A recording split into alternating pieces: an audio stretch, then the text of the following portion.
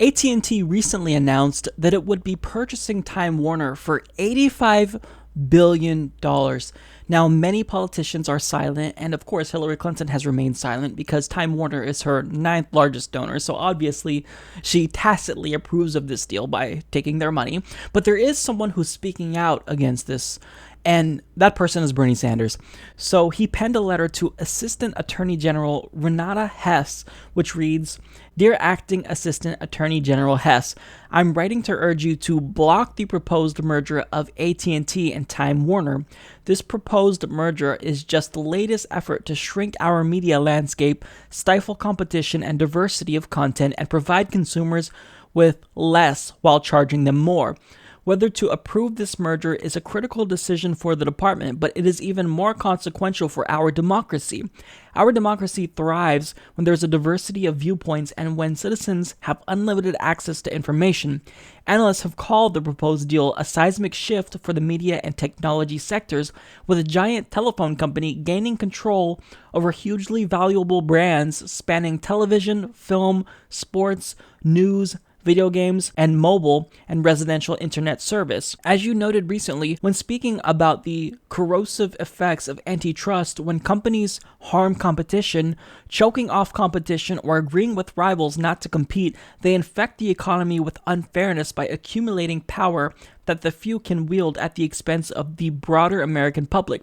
This merger represents a gross concentration of power that runs counter to the public good that should be blocked. Finally, approving this deal could lead to a wave of other mergers in the media industry at a time when our telecommunications media industries are already too concentrated.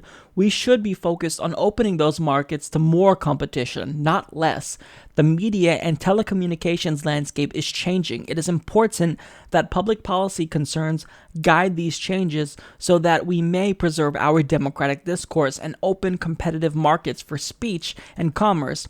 That is the function of our antitrust laws. I ask you to enforce them and block the proposed merger."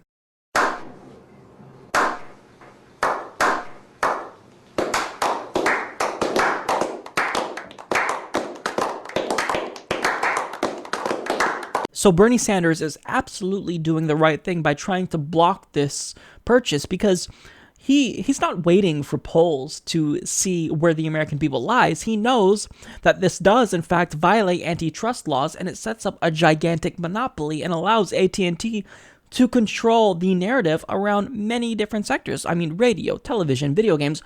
Okay, I think that we need more competition, not less, as Bernie Sanders stated, and this is incredibly troubling because, as he stated, if the Department of Justice approves this, it could lead to a domino effect where more companies make these large purchases, and pretty much we just have one big, gigantic, fascist corporation running the country. Now, I know it sounds, like I'm trying to be a conspiracy theorist and fearmonger and whatnot, but the power that these countries already have is overwhelming. I mean, AT&T has billions and billions of dollars. So the fact that this huge company purchases another huge company, that consolidates a huge portion of multiple industries, and it's just really scary to think that AT&T, who is already a corrupt company, will have control now over this media industry. And Time Warner itself is already corrupt. I don't know which is worse, Comcast or Time Warner. They're terrible. But you have AT&T now acquiring Time Warner, and this is bad. So I don't expect Hillary Clinton to speak out against something that her donor wants, one of her largest donors, but I do expect other progressives or so-called progressives in Congress to speak out about this and join Bernie Sanders